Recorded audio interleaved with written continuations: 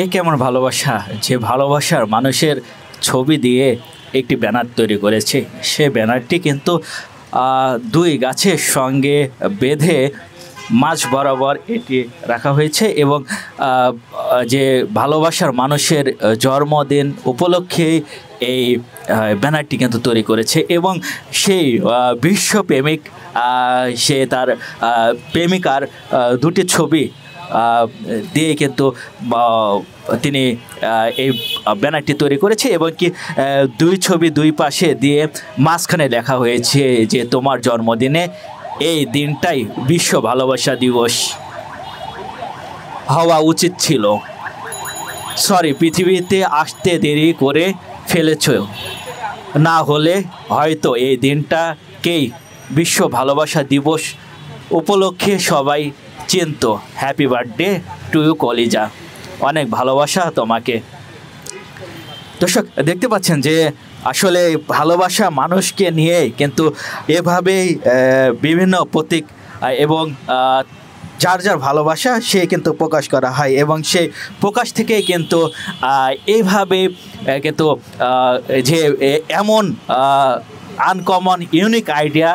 এটা কিন্তু কখনোই চোখে পড়ে নাই বাংলাদেশ সে কেন শুধু বিশ্বের মধ্যে মনে হয় এই প্রথম যে এভাবে কিন্তু ভালোবাসা মানে যে প্রকাশ সে ভালোবাসা প্রকাশটি কিন্তু করা হয়েছে। এবং আরেকটি বিষয় আমি যদি জানিয়ে রাখতে চাই, এখানে কিন্তু কারো যে নাম সে নামটিও কিন্তু যে মানুষটি কে ভালোবাসার উপহার হিসাবে এই ব্যানারটি তৈরি করা হয়েছে সে মানুষটির দুজনের কাউরে কিন্তু নাম দেওয়া নাই এবং শুধু ভালোবাসার মানুষকে এই উপহার দেওয়ার জন্যই কিন্তু এই টিএসসি মোড়ে আমি যদি একটু দেখাতে চাই যে এই টিএসসি মোড়ে কিন্তু ঠিক দুই গাছের সঙ্গে এভাবে ঝুলিয়ে রাখা হয়েছে যে ভালোবাসার প্রতীক হিসাবে। এবং আরেকটি বিষয় আমি যদি জানিয়ে রাখতে চাই যে অনেকে আসছেন এসে কিন্তু ভালোবাসার এই যে এই ব্যানারটি কিন্তু দেখছেন, দেখে কিন্তু অদ্ভুত আকারে কিন্তু তারা চেয়ে রয়েছে এবং কি যে প্রথম দেখছে থমকে কিন্তু দাঁড়াচ্ছে। অনেকে আমরা দেখতে পাচ্ছি যে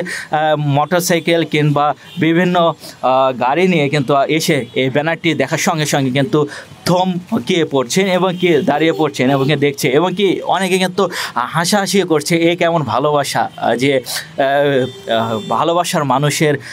জন্মদিন উপলক্ষে আজকে যে এইভাবে কেউ গাছে ঝুলে রাখে দুই ব্যানার, সে ব্যানারটি কিন্তু আমরা দেখতে পাচ্ছি। এমন কিন্তু বিরল ঘটনা কিন্তু এর আগে কখনো ঘটে না, এই প্রথম কিন্তু ঘটলো। আমরা কিন্তু বেশ কিছু পথযাত্রীদের সঙ্গে কথা বলার চেষ্টা করেছি এবং কি এখানে পাশে থাকা যে সকল মানুষ যারা দেখছে তাদের সঙ্গে তারা দেখছে এবং কি তাদের সঙ্গে আমরা যদি কথা বলতে চাই কিন্তু অনেকে কথা বলতে মানে তারা